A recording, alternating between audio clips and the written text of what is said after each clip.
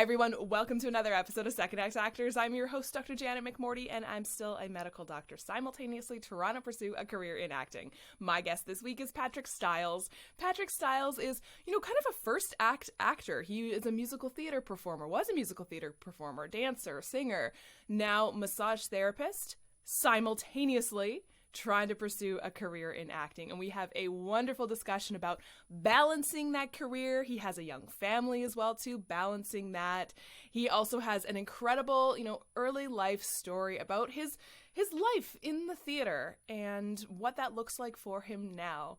Please enjoy the lovely, the incredible Patrick Stiles.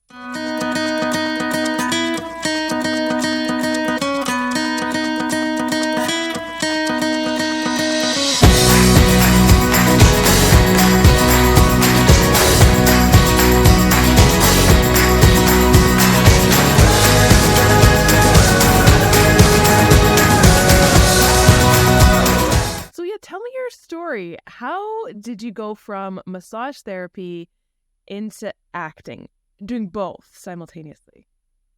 So I actually started as an actor in musical theater. So I went to Randolph Academy for the Performing Arts in late 90s. And then I had a career as a musical theater performer for a long time, up till 2006. I was working pretty steadily. And then I got an injury and couldn't dance for a while, and that was my bread and butter.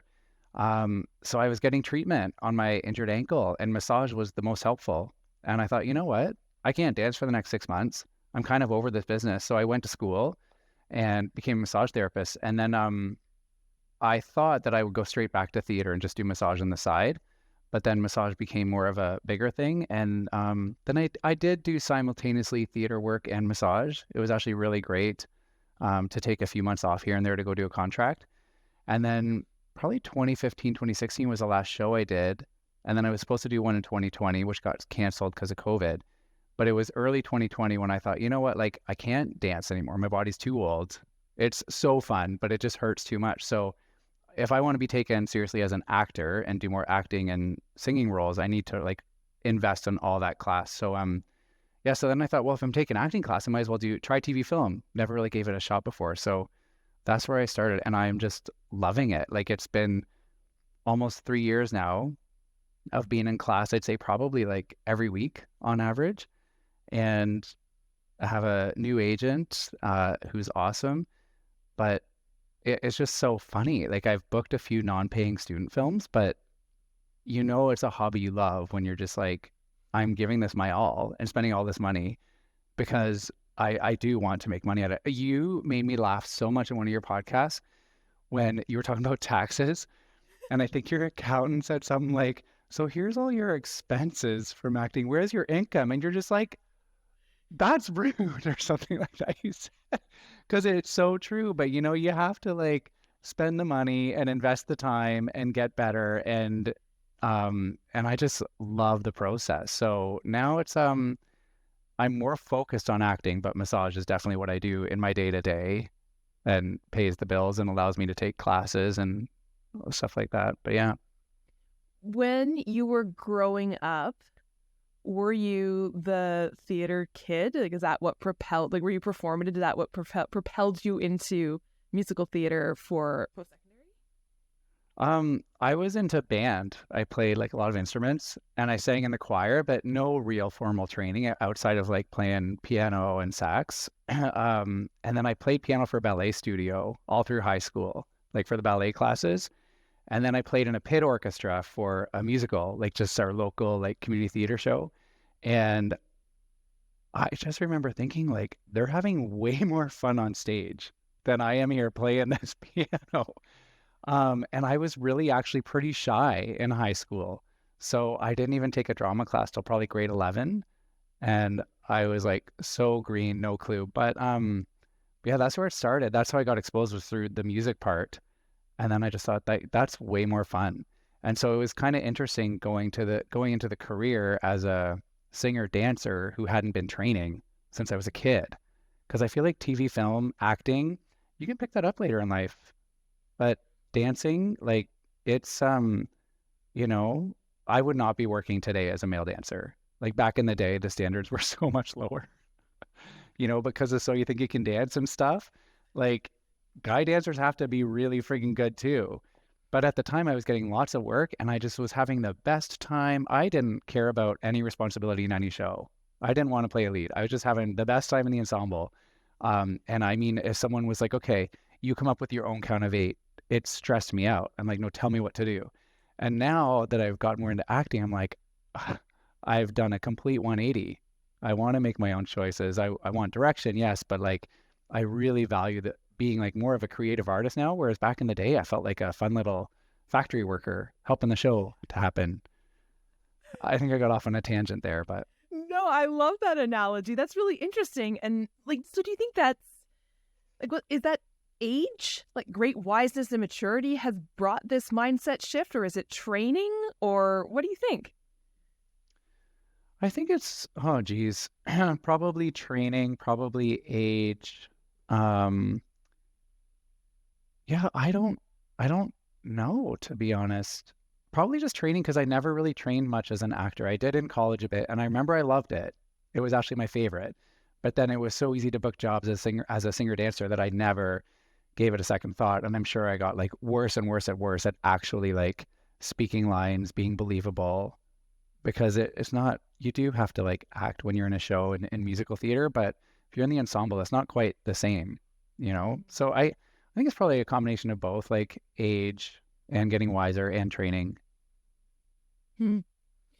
I've been Yeah. told, and let me know what your thoughts are, that it is much harder to go from theater to film and TV because it's really hard to learn as a big person trying to project to the back of the theater to go small, where it's a lot easier for a small person to go big.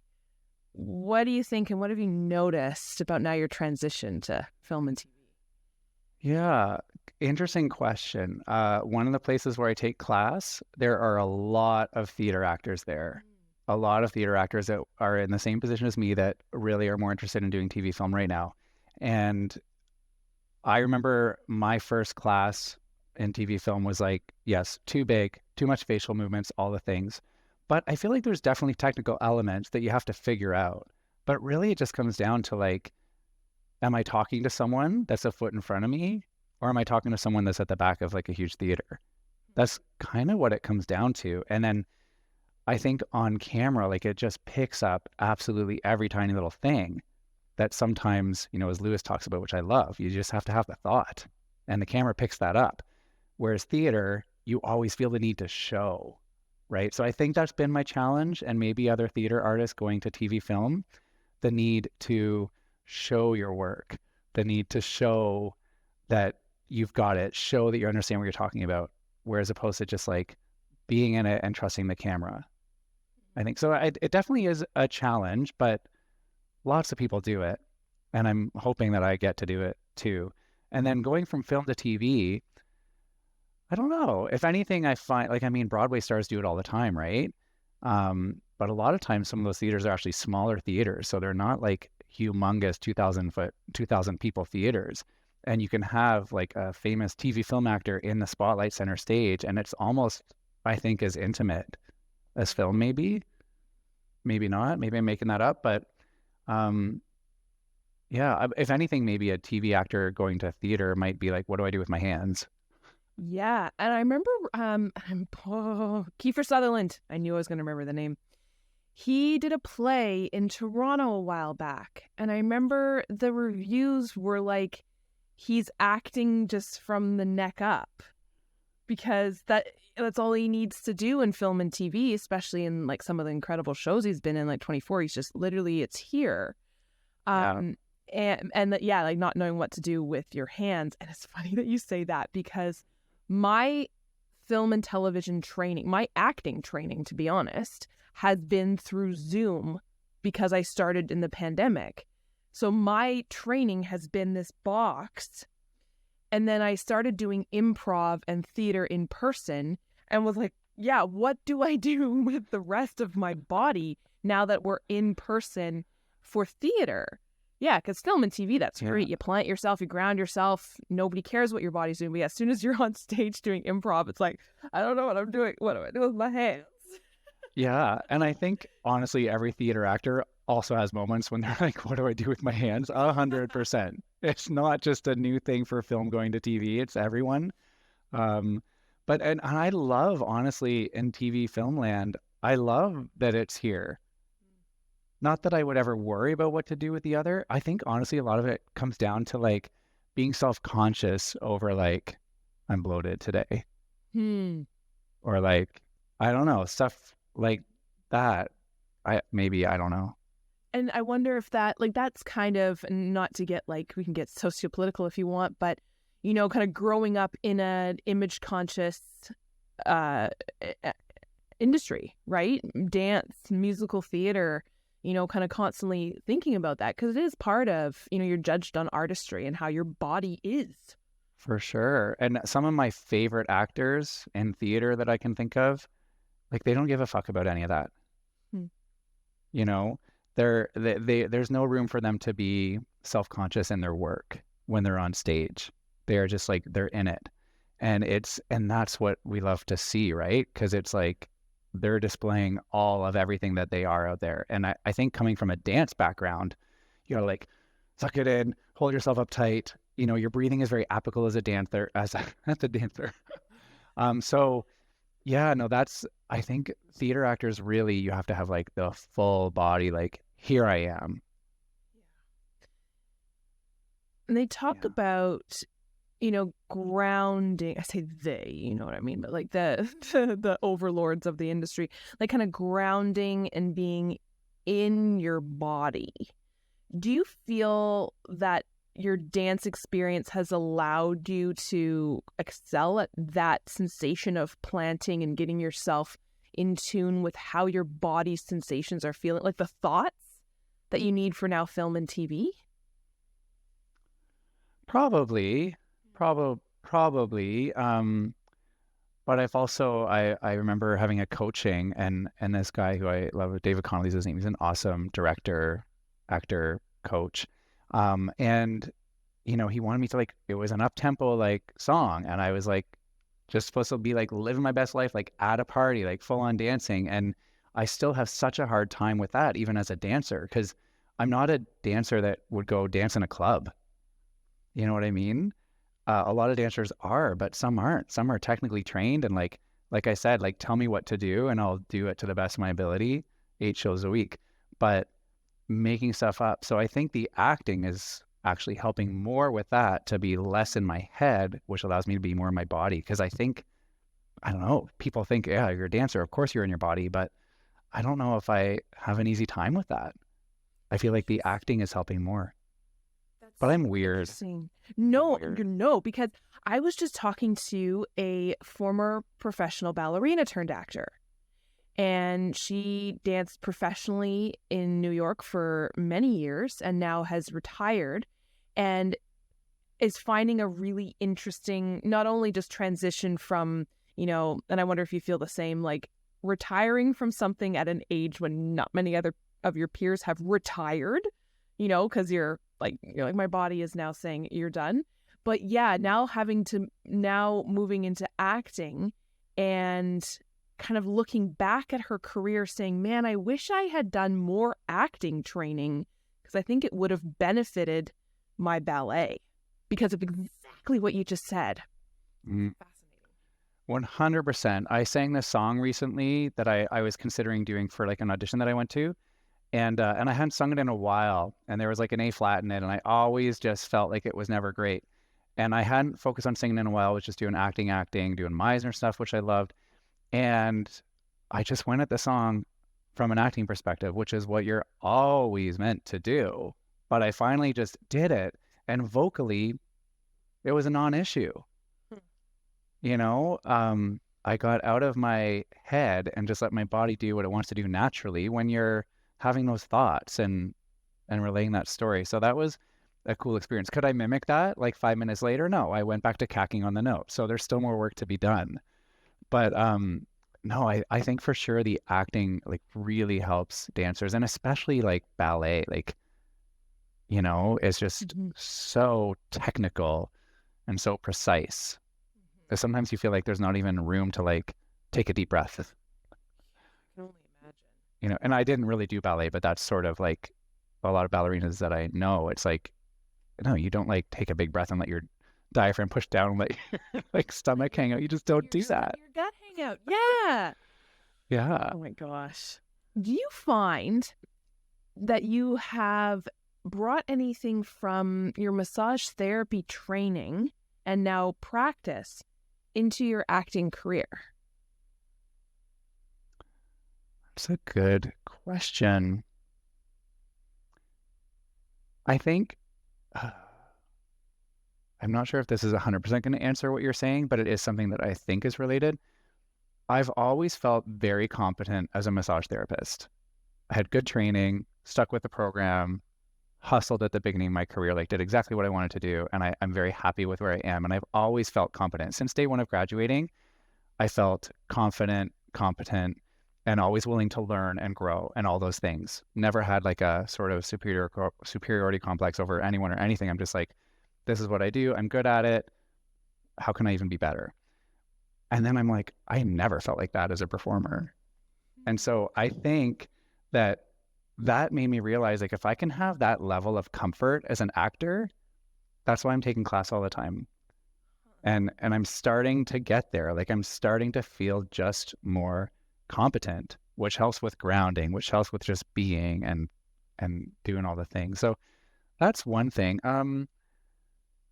I think like maybe body alignment and stuff, like body awareness, sometimes like I think everyone has a tendency to like slouch and stuff like that. Like just being aware of like how to be like anatomically, musculoskeletal speaking is maybe helpful.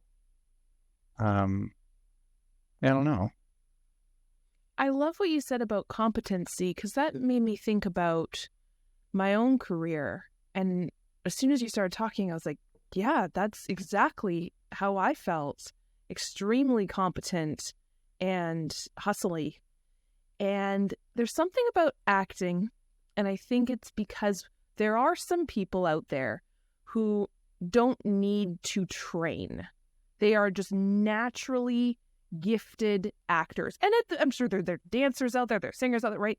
And so there's this weird mind thing that I know I do that I keep thinking, training will make you competent as an actor.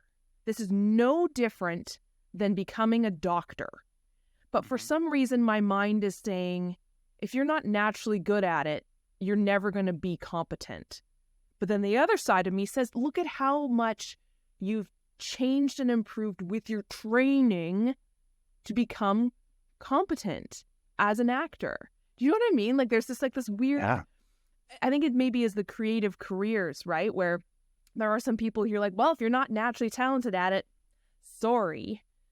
But no other job says, yeah, you were naturally born to be a doctor. Yeah. Yeah. Yeah, it's so interesting. I mean, I love my agent right now. She is all about like, she demands that everyone on her roster is in class. I mean, she deals with a lot of dancers. Dancers are always in class. Actors, I also think it's healthy to take time away from class sometimes for sure and let things absorb. But if I look at my self-tapes from like when I really started auditioning like a good year and a half ago, and I'd be mad that I didn't get like the first thing. And I'm like, well, it was just bad. There was nothing good about it. Like maybe if they wanted to hire someone that was acting bad in that particular situation, I could have got cast. But, and I think for me, coming from musical theater and being a perfectionist, which I've learned is like not good. We need to embrace the imperfections, right? We need to like strive to be good at what we do and to get better and continually improve. But I've realized being a perfectionist is not the compliment that I thought it was. And it's like done a disservice for me as an actor. So, where was I going on that tangent? I forget where I was going. Oh, yes. Unlearning habits, right? Like I've created so many habits in order to come across as what I think of like being like perfect, which is unattainable anyway. So I think for me, that's where training is coming in. I have so many habits to unlearn, to just be. Yeah, and I think that's where, your training in musical theater, I think is similar to like the training in lots of other jobs where you do need perfection, right? Musical theater, in my very limited experience, is very regimented, even though it looks on stage as fun, even though it is fun, but it's very like you have to meet your mark. There's choreography. It's very perfectionist. The same in dancing, right? And in medicine, you can't embrace your imperfections. People. Exactly. Um. Yeah. So, yeah. So unlearning those habits is so difficult. I think, especially, I know as I get older, it's tougher to do. But when you do it, I don't know about you, but I find it so satisfying that I learn something new every time I do an acting class about how to do that. And again, that's the training towards competency. For sure. Because you're not, if you're cast as a doctor, you're not necessarily playing Janet like the perfect doctor that's going to make sure you say that. It's probably more about what's going on in your life. And no one's lives are perfect. People's lives are messy. So we've got to embrace that part of ourselves. It's really cool. One thing I remember in a class I took recently with Steven at LB Studios, he did an exercise. He's like, I'm going to give you all like 5 or 6 notes. After one take, we're going to go through it, and then I'll give you all your notes at once, and then you'll do it. And it was interesting. It was an interesting exercise because I got in my head, I remembered 1 or 2 of the notes, but maybe not the 3rd, 4th, and 5th. And because I come from theater, it's like when you get a note, like you have to fix it, right? It's like you have to hit that mark. Your hand has to be like, I don't know, like this, not like this. And so I come from that background where a note means fix it. They want it perfect next time. But he made a good point. It's like, you got to take the notes, but you've also still got, I forget what he said, but it was so brilliant what he said. It was a really good lesson in terms of TV film. You get the notes. You can't get in your head if you don't remember every single note. You just got to take the general tone, maybe reiterate to the director, okay, so you're thinking this, this, this, okay, great, and go for it. But you can't be so focused on showing that you understood the note that you forget to just be moment to moment. So that's interesting transition from TV and film to theater. Yeah, I remember a similar experience with Lewis, and I'd gotten some notes from a class maybe a year ago, and I don't know about you, but like I remember most of the constructive criticism I've been given as an actor and trying to like internalize it, right? Again, because I remember the notes I've been given because I want to fix them. And I remember talking to Lewis after doing a scene and being like, yeah, well, I've been told that, XYZ is something I need to work on. And I was really trying to do that in the scene. And he was like, Janet, relax. Like, that was a year ago. Like, what worked then, it's not the same today. You're a different person right now. You're in 2 seconds, you're going to be a different person than you were 2 seconds ago. Like the chemicals in your body are different. Your thoughts, everything is different. Like, oh. Yeah, his whole analogy of like you never step in the same river twice, right? And it's interesting from massage perspective too. I find this with clients all the time. One day there might be like a muscular imbalance or something's off or asymmetrical, or maybe one day I'm even like you got a little bit of like a functional scoliosis going on, and then sometimes it's fixed, and then they carry that with them for years, scoliosis, and it's like, no, you did one day. You did one day because you were probably sitting like this for a long time or something, but it's we change, and I think it's so important, and I'm going to take that with me in massage land too, and remind people that like, yeah, you have this injury, but it can be fixed. Your body can adapt and you can improve and move past it. And then it's no longer a thing. It doesn't mean like 2 years down the road, that's your criticism, that your body is flawed in some way, because you fix it and you move on. And then something else comes up. That's so great. It's funny. I never made that. This is my issue, that I have such a difficult time blending my two worlds, because I just, in my mind, I think of them as so different, as like science, arts, and never the two shall meet. But that's a lovely thing to think about, that, yeah, absolutely. Like talking to your patients about that, like it makes sense. Again, oh, I love that. You gotta write that down. Yeah, I think it's. No, go ahead. Go ahead. Well, I was just gonna say, do your patients love that you're also an actor? Do you ever have to like cancel days last minute? Yeah. So Yeah. I practice I practice sports medicine, which Yeah. is the ultimate first world medicine, as you you'll understand, right? Like, oh, I'm sorry, your elbow is going to be a little bit more sore for the next 24 hours because I have to cancel, the day. I have very, very understanding patients. Most of my patients think it's just a riot. I've had patients come see me in plays and not tell me, and then come see me the next time and my appointment be like, I saw you. I have had one, no longer my patient, complain that I should be working more as a doctor. How dare I go do acting? I should be more doctoring, because, how dare anyone have a life outside of their job? That was very, again, that very rare thing. But of course, we always think about 100 nice patients you'll delete everything 100 nice patients said about you, because you'll only remember the one horrible thing somebody said. But that's not a reflection on me. That's a reflection on them. So, yeah. Yeah. Yeah. How about you? Yeah. Oh man, back in the day, it was when I worked at a busy multidisciplinary clinic. It was crazy because I was booked months in advance, booked solid, and then sometimes I'd get a show last minute and I'd be like, I'm gone for 3 months. And most people were like, oh, that's so exciting. And they would come see and they'd support and it'd be awesome. But you'd have some people that would get so mad, they refuse to see anyone else I referred them to. They'd wait till I get back. They'd throw such a huff about it. And, the more contracts I did, I appreciated those 2 or 3 months away, because I'm just like, need to clean shop, because like, I don't need people like that just feel like they're like so controlling of my life and my time. And so it was difficult. And there's no way I could have done TV film back in the day, especially having to go to Toronto for auditions so last minute, and even like being on set so last minute. There's no way I could have made that work. But now I work at home and I have mostly like athlete practice and really great people, clients, and I only book a month ahead. And they're all like, they're the people that just think like, yes, of course you need a life outside of your main job.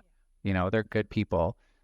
So very understanding. Like I had to cancel my day today because my little fainting episode and my neck has whiplash, and my daughter's at home sick today too. It's like a trifecta.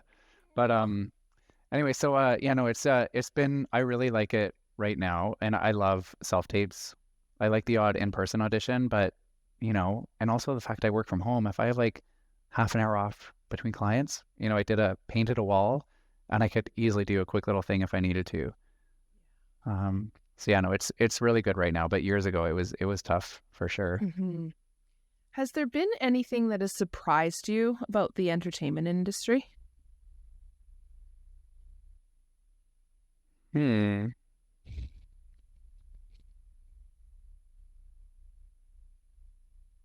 don't know. I don't think so. I mean, well, I guess if anything, I've realized that casting directors are our friends, and that it's a business, and with the agency as well. Like, I never really thought about that too much. When I was younger and doing musical theater, if I didn't get cast in something, probably because I had a bad audition, then I'm like, oh, that casting director hates me. And sometimes it's true that I may have wasted their time in front of like a big panel of people because whatever, had an off day or was sick. And back in the day, you showed up anyway and you tried to sing through it, and you can't say you're sick because whatever. So yeah, so back in the day, I definitely felt like it was an us versus them type thing, and I had bitterness around that. But I think has been surprising lately to realize that like casting directors are fully on our side.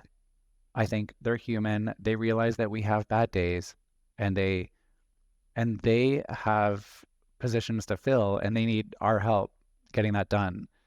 So I think I just have a more like positive outlook on the whole industry, which is kind of shocking because there's probably a lot of bad things to say about the entertainment industry.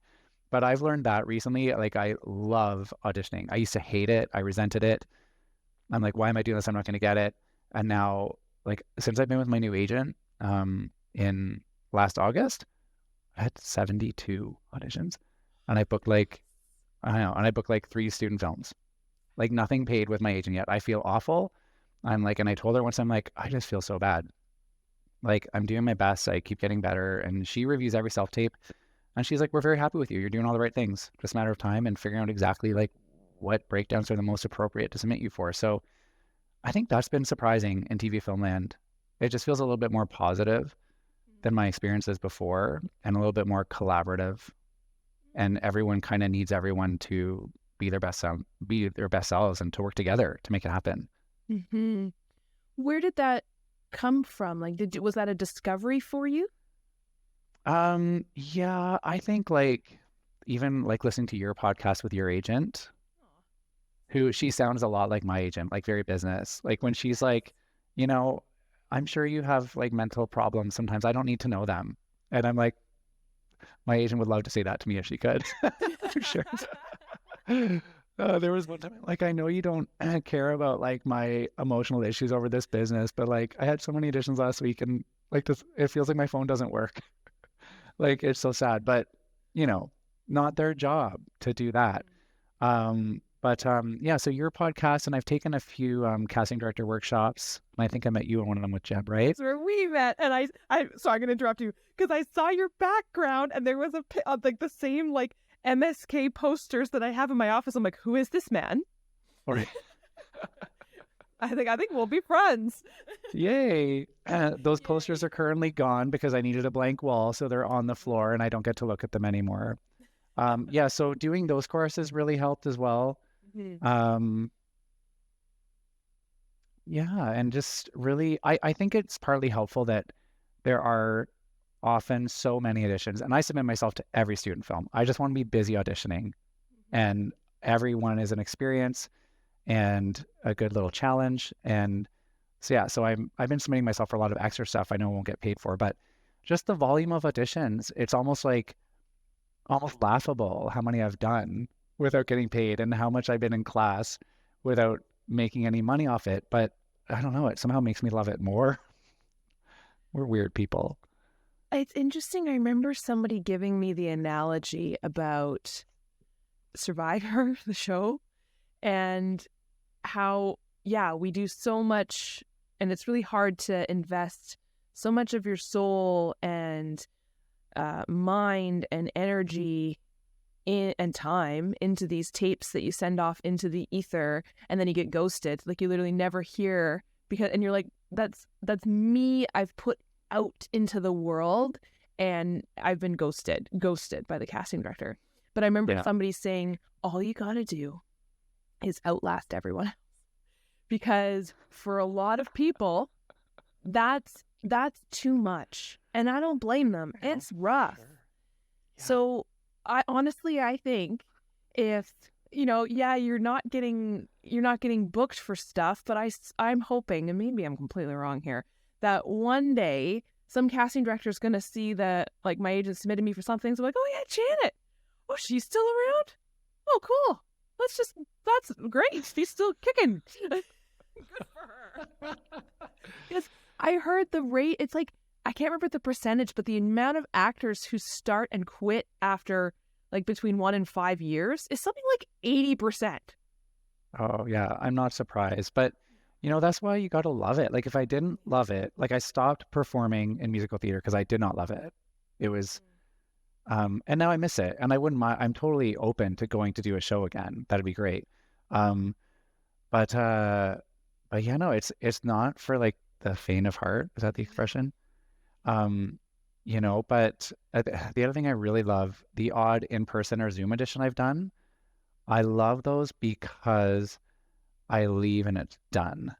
When I do a self-tape, I can like watch it back a million times, even after it's submitted, and then be like, oh no, I could be more specific in that part. And but I'm getting better at just doing it, having so much fun with it, figuring out exactly what I want, what I'm doing, what I'm thinking, what I'm feeling, and just doing it. And it's funny because the more I've done too, like learning lines used to be a struggle. I feel like that's not even a thing anymore. which is weird. Training to competency right? It's like learning the muscles, insertions, and origins. I never thought I would be able to get that down, right? But you do it over and over again, and it becomes you're training, like you're training. Yeah. And that's one of the skills that we need. And I don't know exactly how I've gotten better at it or just have less anxiety over learning lines. It's just, I think it's from Meisner, actually. It was really helpful. Focusing on your scene partner, focusing on the whole story. I used to just write out my lines and was so stressed about what they were. And now I focus on what the other person's saying. And Lewis said something. Lewis is so smart. He said something once about replace the fear of not knowing your lines to the thrill of having them come to you. Oh, man. Lewis Bowmaner. I did not make that up. But that really, really helped me because every self-tape I've watched back, when there is that moment of fear and I don't know what comes next, and sometimes I've like cut it myself because I'm like, I don't know, that's always the most interesting to watch. When I watch, I'm like, why did I cut that? Like, that was the most interesting part of the tape because I didn't know what was happening. And I was trying to figure it out. Because real life, we don't know what's going to happen next. We don't know what we're going to say next, right? So, that's so good. That's terrifying because, again, that's the, it's the unfamiliarity. I love scripts. I love algorithms. I love, like, word perfectness. But there's nothing quite like that feeling. And I'll never forget the first time I felt what everyone feels as an actor of like being in the moment and finishing a scene. It was in one of Michelle's classes at LB. Right. Not knowing where I was or what had happened. And being like, did I say the lines right? She's like, doesn't matter. That was amazing. Right? Like, how fascinating and how thrilling. We don't get that, I think, in our day-to-day lives, really. I know, that's what's so exciting. It's like our outlet, right? When we have to, there is like right and wrong answers with our other work. Yeah. Right? And this is so freeing because it's not like that. And and again, back to like perfectionism, I used to like make sure I had to be word perfect. And that's still my goal for sure. But I'm not going to like completely write off a take because I paraphrased a couple words when maybe it was actually way more nice to watch, Do you have any advice for anyone interested in starting a career in acting or balancing a career in acting with another job? Oh man, well, I think having another job is key to your finance. Like, I mean, if I didn't have another job, how would I be taking classes and headshots and making a demo reel and being able to do things for free because I want that experience, So yeah, having another job is great with some flexibility. And like, I don't know, I've loved every single class that I've taken. And so it's really hard to know like where I would start. I think probably like the hardest where I had to commit the most was probably either like Meisner with Sean Benson or there was like a scene study intensive with Jane Moffat. And those were not on camera classes, but those teachers and everyone in the class are like film actors. So I thought it was interesting because it's not at all anything to do with the camera. It's just to do with like moment to moment work. And I really liked the Meisner. I feel like it was game changing for me. But that's because I had certain habits of saying lines certain ways and getting in my head as opposed to like putting my focus on my scene partner. So for me, like that was really helpful. But for other people, if you don't have any bad habits to unlearn, like any on-camera class, like LB or I Love Lighthouse as well with Angela, there's so many. I haven't had a bad teacher. They're all so good. But just start, right? Do you have any favorite on-set or on-stage moments?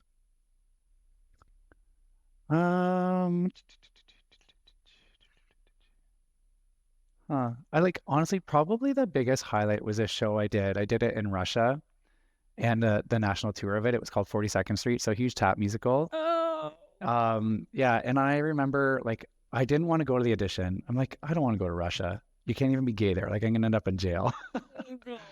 But I went to the audition, stayed all day, missed like a family event for it, got there late, and they're like, "Oh, where were you?" And I'm like, "Oh, I was auditioning for this thing." And I said, "I think it went well. I think I got it."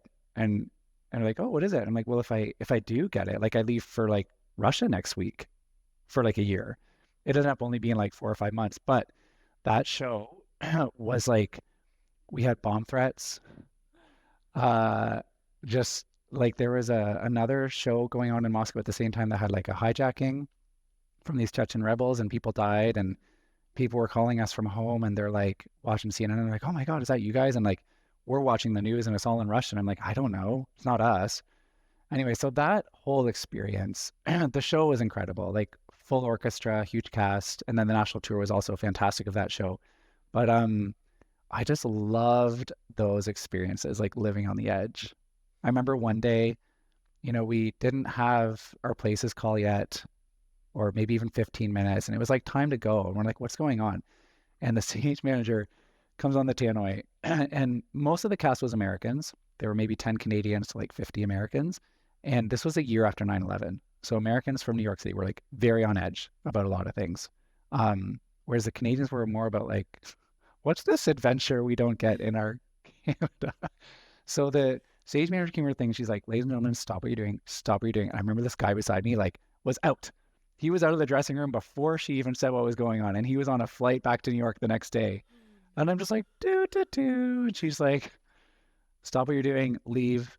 Theater's getting evacuated." Bomb threat sushi was across the road, and that's where we'd all convene. And so that whole experience was just incredible. Like I just love adventure, and I lived through it, and it was fun. Oh my God. Yeah. I mean, I should write a book on that. Yes, It was a should. fun experience. Oh my gosh. Yeah. That's crazy. Yeah, that is the story you tell around the campfire for the rest of your life. That's insane. Yeah, it was fun. Would your family describe you as an actor these days, or how would they describe you? That's a good question. Like, they know what I'm up to, but like at Thanksgiving, one of my uncles, I was telling him like I was in a class doing something. He's like, "Oh, what's new with you?" I'm like, "Oh, I'm taking this class." And he's like, "What, you're teaching it?" Like, "No, I'm taking it." And he was just so confused. Like my immediate family, my parents, like they know I'm into this, and uh, I think it will help to show them some footage of something I've done recently to say like, "Okay, so this is what I'm up to," because I don't think they really get it. But extended family, like they don't get it. Like they don't get how I've been in the industry technically a long time, but I'm doing something completely different within it right now. So there's a totally different focus, and I don't think they get why I'm taking class and not teaching it. Do you think it's an age thing? Like, at a certain age, people are like, "Why are you learning something new? Haven't you learned all the things?" 100%. Yeah. Yeah. And I mean, they can't say, "Why don't you get a real job?" Because I already have a real job. Yes. But and that's like so annoying. So annoying. Acting is like the realest job out there. Actors are so resilient, right? Like, so yeah, I think it's probably an age thing. And I just, with massage and with acting, I'm just like all into the lifelong learning. Yeah. I remember having a conversation with someone, and she was an actor, fashion designer turned actor. And it was kind of like a therapy session because I didn't realize this about myself until she said it. And she's like, "Well, yeah, the reason I wanted to do acting is that I like learning things. And when I finished all my education, I realized I wasn't learning anything anymore. And that was a huge contributor to her burnout." And I was like, oh, that is me. I've been in school since I was 3. And then because I genuinely like it. Right? Like when I finished my sports medicine fellowship, and you kind of enter into the real world, you hustle and you're doing the learning, continuing education, but there comes a point where you're like, "I'm done with the learning. I'm just so tired." But then there comes a time after that where you're like, "Man, I miss the learning. Why am I feeling burnt out?" And it's because there's the no learning of the new things. I like a sponge. I just like new stuff. Mhm. Yeah. Yeah, I agree. And it's been a while since I've taken continuing education as a massage therapist. Like I really need to focus on that this year coming up because I've been doing all the acting stuff. But it is interesting to juggle both careers because I don't know about you, but well, our college changed everything, so we don't actually have to do any more continuing education. Lucky. Well, but I enjoyed it because Yeah. I love taking courses, and without the requirement to do that, granted it's been the pandemic and I refuse to do a virtual massage course. Ooh. Like no. Like I always want hands-on, like active release technique or cupping, or I might do fascial stretch technique later, FST, yeah. I need that hands-on stuff because that's what I do. I can like go on the internet and look up other stuff if I feel like I'm lacking academically or like knowledge-wise or something. But yeah, I Mm-hmm. forget what I was gonna say. Yeah. Well, I think there's probably like two types of people in the world, right? Like, and it's neither of them is negative. It's just there's people who say, they don't want to learn new things, right? They can't even like fathom like going to learn going to like a ceramics class or like learning Spanish or anything like that because they're happy with what they've already learned, and you're like, good on ya. But yeah, and they just can't really understand the people who say, I want to learn how to do X, Y, Z now. Like, oh, but that's weird. Okay, shouldn't you be teaching it? I'm like, believe me, no. But I find also like learning new things, especially with acting, keeps me feeling younger. Mm. If there's ever been a time in my career, either or both of them, where I wasn't continually evolving and learning new things and kind of like in the rut of just like, this is my job, I just go do it, I immediately started to feel my age and older and usually often bitter too. Like, I don't know, just being open-minded to learning new things and all the great people you get to meet doing any acting class. It's amazing. Yeah. And yeah, it's really cool. So yeah, it just gives me life. Yeah, absolutely. And I think, I've definitely thought about that. And I love the people that I work with in the medical world. We have been through a lot these last couple of years. And, but, I never would have met some of these artists if it wasn't for acting. And it definitely expands your world. And I remember being told, and again, this is probably a Lewis quote, like acting and art are the only things in this world that bring about genuine empathy. Where you are learning so much about other people and other ways of thinking, other mindsets, other cultures, other backgrounds. And there's not much else in this world that can bring about empathy, which is, I think, super powerful.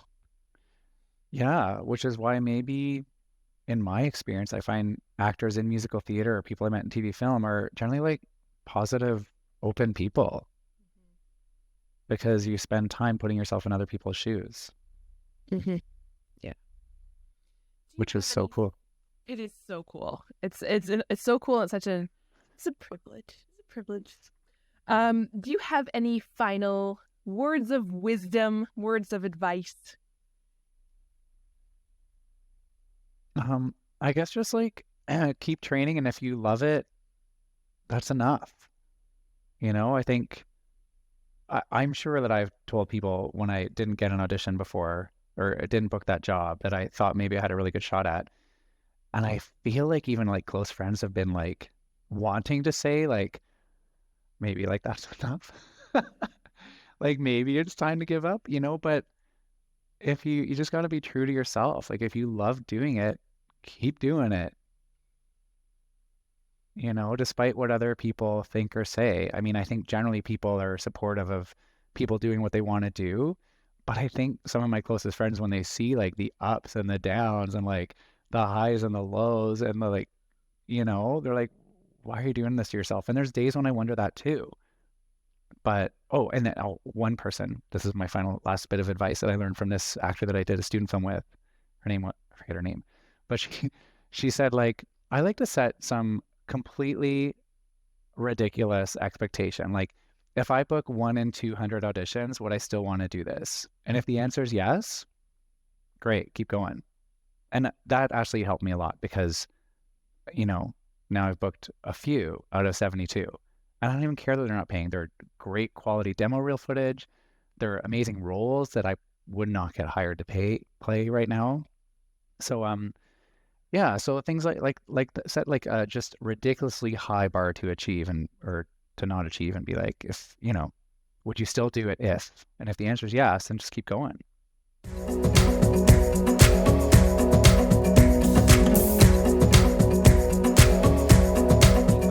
Thank you everyone for tuning in, and thank you, Patrick, for being my guest this week. Thank you so much for sharing your wonderful story. You are such a gem, an absolute gem, and I cannot wait to work with you soon in the near future. Oh, is the suspense killing you, everyone? Patrick and I might finally get to work together. I'm thrilled. Thank you everyone for tuning in, and I hope you will join me next week for another episode of Second Act Actors. Bye.